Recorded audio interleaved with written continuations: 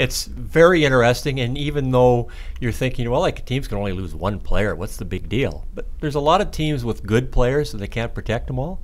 So you're looking at Las Vegas and you're thinking, gee, George McPhee, I mean, he's like a poker player in Vegas, trying not to tell you anything, but also knowing that he's got all the cards here. He can pick a player off another team and trade that player to another team and get something better. And, he's going to get good players there, and hopefully get 25 draft picks this year too, because that's what he seems to be looking for. So the Oilers, like I said, it's not as sexy a story if you're an Edmonton Oiler fan, because in terms of who they're going to lose, because they're not losing a James Neal or even like Brian Rust or somebody who was in Pittsburgh and is a really good player, or Ian Cole on defense, or Dumba in Minnesota, or maybe Manson or Vatanen, or depending on what kind of deals are made. So it's not as sexy here, but it's still fun to look at, and I wish there was an expansion draft every year, to be honest.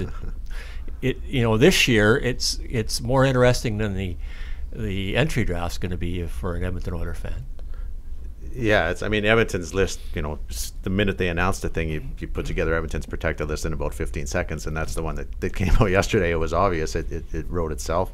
But what a position Vegas is in. Like, you have so many avenues to either stockpile draft picks to avoid, picking one of their players, or, picking the cream of the crop off the team, or making trades for other teams. Like, Edmonton could go to Vegas and say, listen, we're looking for a top 4 defenseman. Can you take this guy? And then, after the draft's over, we'll give you a couple of guys and you fire it back to us. There's just a million moving parts to this thing. And when everything settles down here, after the draft itself and the awards, it's going to be a lot of furious action.